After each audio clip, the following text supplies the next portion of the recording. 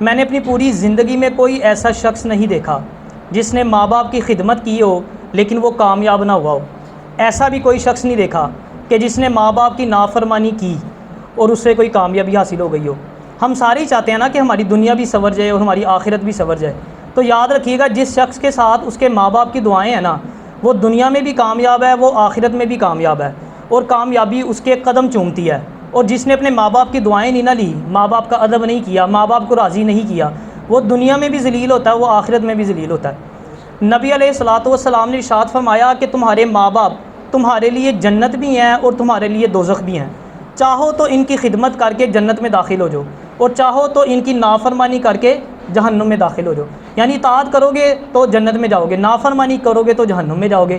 اسی طرح نبی علیہ الصلوۃ والسلام نے ارشاد فرمایا، حدیث پاک ہے کہ ماں باپ کی اطاعت میں اللہ کی اطاعت ہے، اور ماں باپ کی نافرمانی میں اللہ پاک کی نافرمانی ہے۔ نبی علیہ الصلوۃ والسلام نے اس شخص کے اوپر لعنت بھیجی جس نے اپنے ماں باپ دونوں کو یا دونوں میں سے کسی ایک کو بڑھاپے میں پایا لیکن ان کی خدمت کر کے جنت حاصل نہ کر سکا۔